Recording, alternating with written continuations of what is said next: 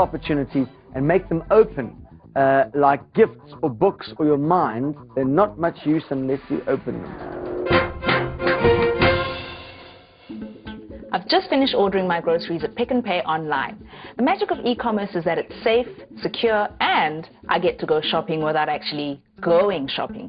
Pick n Pay and other retailers have been offering their clients a service whereby they order and pay for their groceries online and have them delivered within a few days. For customers, it means greater convenience. For the retailer, there are benefits too. For them, in the long term, it should cut a lot of their costs of selling. They don't need physical stores, typically. They don't need the same level of physical branding that is pretty expensive. And they also have a direct relationship with the customer. Online, you know exactly what they're looking at. According to internet guru Arthur Goldstuck, e-commerce can be broken into two main groups, B2B, or business to business, and B2C, or business to consumer. In the business to consumer group, we see the market dominated by a few key players. South Africa's most popular online retailers are Pick n Pay Online and Kalahari.net. They probably account for more than half of all online retail sales in this country. But some small businesses are making inroads, like loot.co.za, who are providing a fresh approach to a tried and trusted formula. We saw a niche for, actually at the time, providing discount technical books, and we started investigating in that and doing our research in that regard. But we fairly soon realized that the type of system that we needed to sell 10,000 technical books, or the sort of system that we needed to sell 1 million plus general books, there wasn't much difference. To start a company like this using proprietary software would be prohibitively expensive. Michael opted for open source. Open source products are absolutely reliable. We depend on them for mission critical applications. We've never had a problem with our database. We've never had a problem with Linux. We've never had a problem with Java or our servlet engine. So we found them to be absolutely reliable. And when we have run into problems, we've always been able to resolve them fairly quickly, because the amount of knowledge out there on these products, it's freely accessible on the internet, is vast. We've all heard stories about credit card fraud over the internet. But is this just a myth? Our impression is that customers are most concerned about security of credit cards.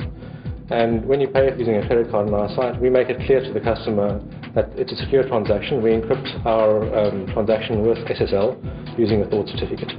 And we also give the customers the option of not storing their card details in our database at all, which means that if our database were to be hacked, which we're very confident that it will never be, but even if it were to be hacked, an intruder still wouldn't be able to get hold of their card details.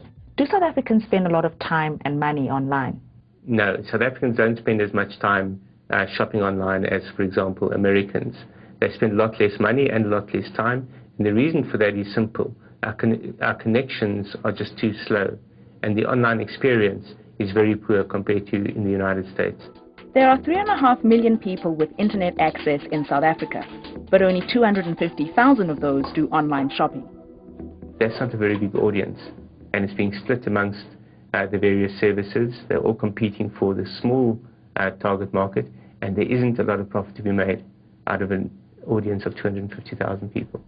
The fact that the internet is not yet pervasive here is a problem for us, but it is a problem that we will get over, and it is a matter of time before the internet is a more convenient way of ordering something in this country than it is going to your local traditional bookstore or CD store or whatever. Like any business, a successful e-commerce site requires hard work, good customer service, and keeping overhead costs down. Open source software provides customizable tools that keep barriers to entry low.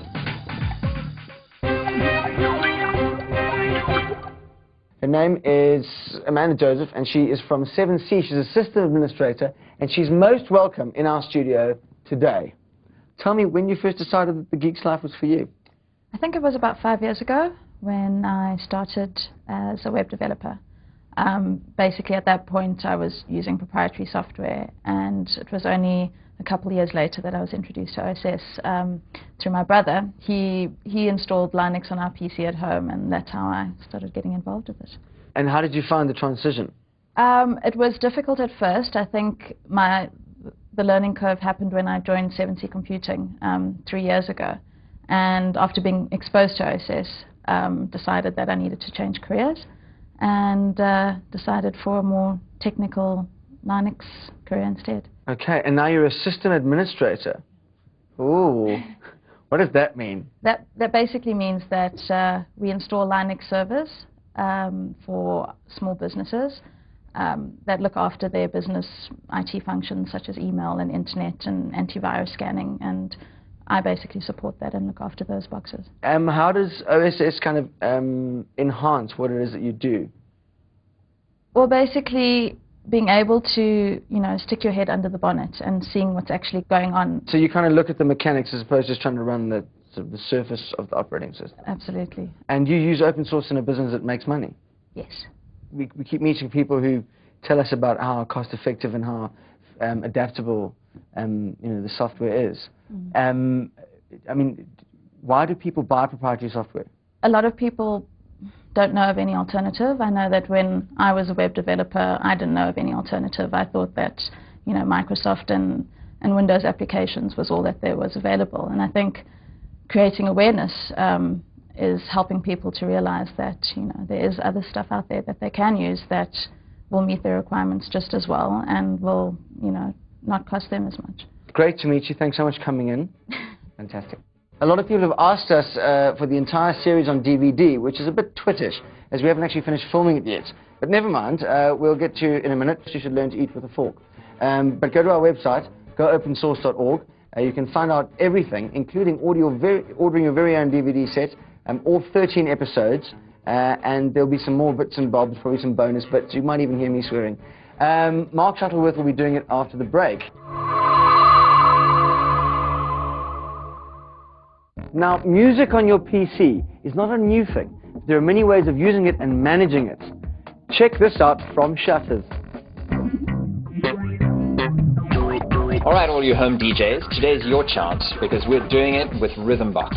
Rhythmbox is an open source piece of software that allows you to manage your music collection. It allows you to rip your CDs to store them on your computer hard drive and then play them back whenever you're using your computer. Rhythmbox is an integrated music management application, originally inspired by Apple's iTunes. It's available for Unix and Linux running the GNOME desktop. Like iTunes, you can use it to browse, search, and sort the music on your computer.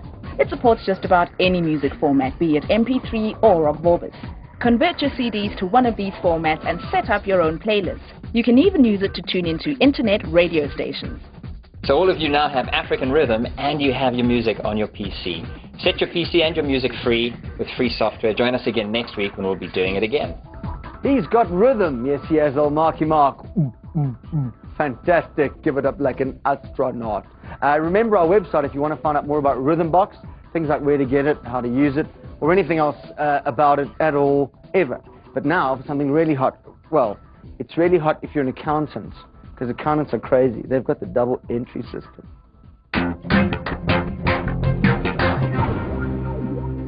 Cash flow is the lifeblood of any business. Although keeping control of your debtors, your creditors, your VAT and your income tax can be a nightmare of paperwork. There are software packages out there which can do the job cleanly and efficiently, but they're very expensive. Until now, that is. One of South Africa's most established software packages has now been released as open source. It's called TurboCash. It's a fully integrated accounting software.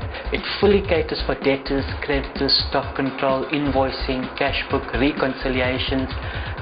It allows you, as far as reporting is concerned, you can run a standard balance sheet, a standard income statement, a standard cash flow report. It fully caters for that. TurboCash is a legacy of 16 years of development in the South African and international environment.